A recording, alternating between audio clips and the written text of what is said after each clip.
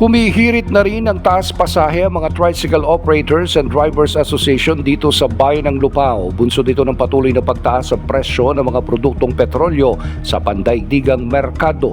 Nagharap-harap kahapon araw ng Miyerkules, Marso 18, ang mga pangulo ng TODA, barangay captains, mga kinatawan ng commuters, education sectors, ilang miyembro ng Sangguniang Bayan at ang Chairman on Public Safety and Transportation na si Konsehal Eduardo Palyasige, kasama ang Sangguniang Executive Secretary Veretum Tolete.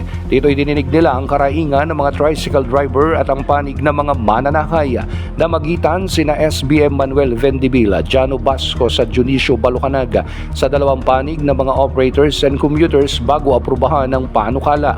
Sa pagdinig, ibinungkahi ang 5 pisong pagtataas ng pamasahe para sa mga sumasakay at ihahatid sa 4 na poblasyon ng town proper, habang 10 piso ang mungkahing dagdag sa mga bumabiyahe sa mga baryo ng Lupao.